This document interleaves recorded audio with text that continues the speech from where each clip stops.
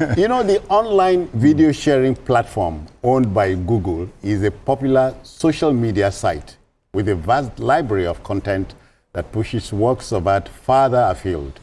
Nigerian female sensation Ayra Starr has achieved a significant milestone in Nigerian music. She has become the first female artist to surpass the 1 billion views on YouTube. She has joined acts like Burna Boy, Davido, Rema, and CK, who are in the elite group. Congrats, Ayra. CKN, we ain't seen nothing yet. You know, that's what our artists are telling us. When we started talking about music, and some of us look back, I would just say, we came at the wrong time. Yeah. Yes. I would say we came at the wrong time because during our time, all these opportunities. No streaming revenue. Nothing.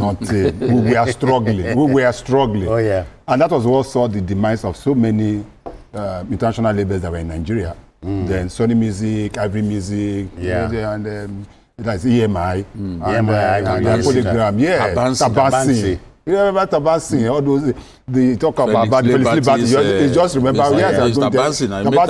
Oh yeah. You know, so many of Nigerian artists, so talented, they didn't have this opportunity. They didn't. They didn't. People like us, like they were the music of Michael Cree. Let me shock you. God. Look at somebody like when you're talking for like producers now. You talk of somebody like Laulu Ekins. Sorry, let me not forget the late Haruna Inshallah. He had phono disc that produced what's his name now, Chris Okotie. That is it. You see, so you come to realize that there were so much, but we gave so much, a little. But there was a turnaround, and we have to give to some of those that people like when you talk about the revolution about the Nigerian music scene, you cannot remove some people like Kenny Music. Yes. Okay, Kenny. Yes, that was the turnaround. Yes. That was the main turnaround. Do you know that even Sonny Ade, when at a point he saw that it was going down, he approached Kenny's music. He did. Okay. Yes, he did. Yes, he approached Kenny's music. He recorded so one or that two was where the songs, revolution started, and they just turned it around. I remember the first time when we released Lagbaja, Kulu Temper, and we needed some airplay. And normally what we used to do then was what's called LP. You remember the LP now? The long playing records. You remind me of Keji Okunawa. That's of course, that was my boss. That's my very beautiful woman. Oh yeah. That was my boss at Sony Music.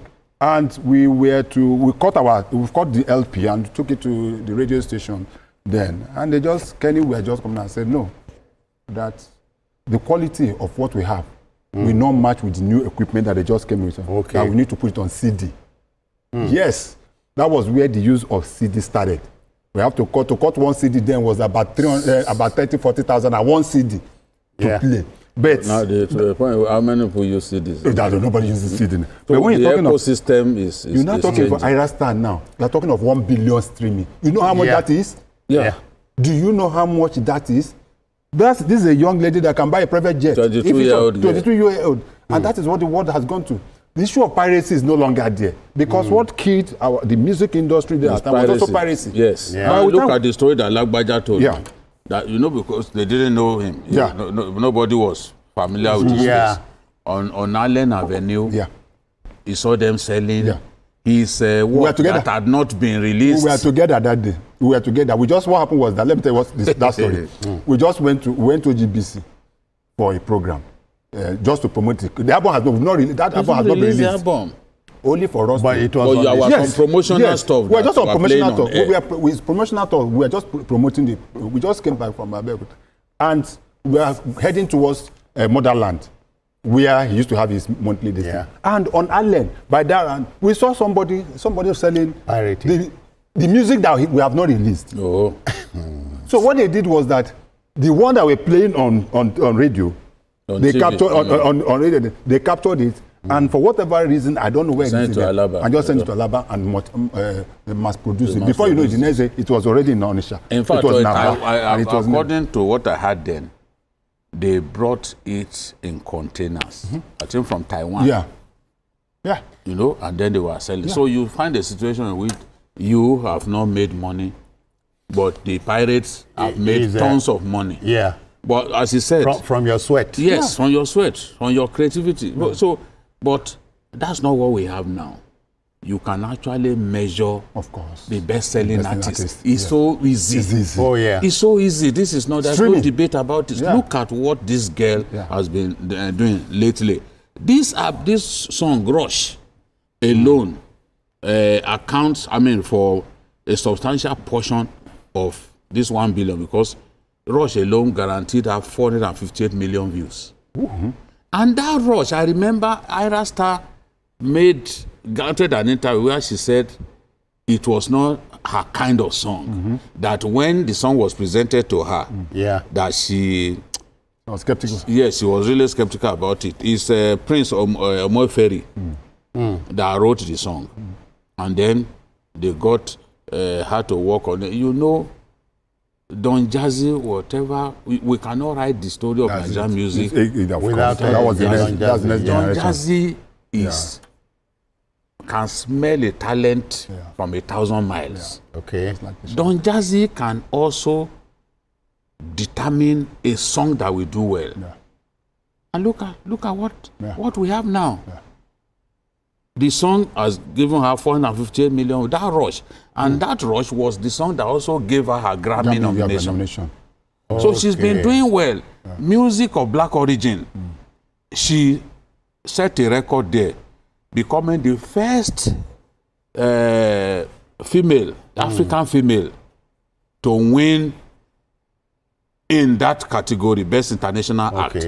She also became the first, in 16 years, the first female to win that category. And she's the first Nigerian woman to win the Music of Black Origin Award. So coming after that, we are seeing good numbers. Good streaming numbers. The first Nigerian female artist to hit the 1 billion mark. Ayra Starr, age is on her side. I believe that she has only just begun, because at 22, you still have, musicians don't retire. You still have so many years. Because years of success ahead. They say nostalgia is not what it used to be. I cannot forget a name here, which all of us here know. Majek Fashek started off well until he dropped the ball somewhere. So, you say at 22. Just as he said, you know, the things that can motivate artists to give their best, we have them now. Just do your thing. These days, people shoot movies on their own, and they put it on YouTube, and they will continue to gross money.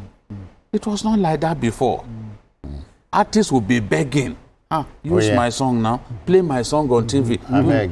Today it's been democratized. Do your thing, post it on YouTube. And it goes viral. Upload it. Yes. Upload it. And so I'm just happy when it comes to Afrobeat, the successes that Nigerians are attaining. This CK, you know, that is his love in wanting to. Yes, love, yes, now. That's CK. That's CK, yeah. It's on that list. CK's song is one of the, in terms of streaming numbers, it's one of the highest ever. Wow. You know, and he's still doing well there. See Rema. Rema too, doing very well. Up till now. Rema went to India and drew, practically shut down the country. The highest, the most populated country in the world. When you talk of Ayra Starr, it reminds me of Rihanna. You know, if you know Rihanna very well and see the way she dances, and BK knows what you can see him shaking his head. He knows what I'm talking about. So and there are so many of them doing very well, and which also what this tells us is that apart from us focusing on oil, focusing on just the industry, the creative economy is a very huge economy. We are not doing enough. On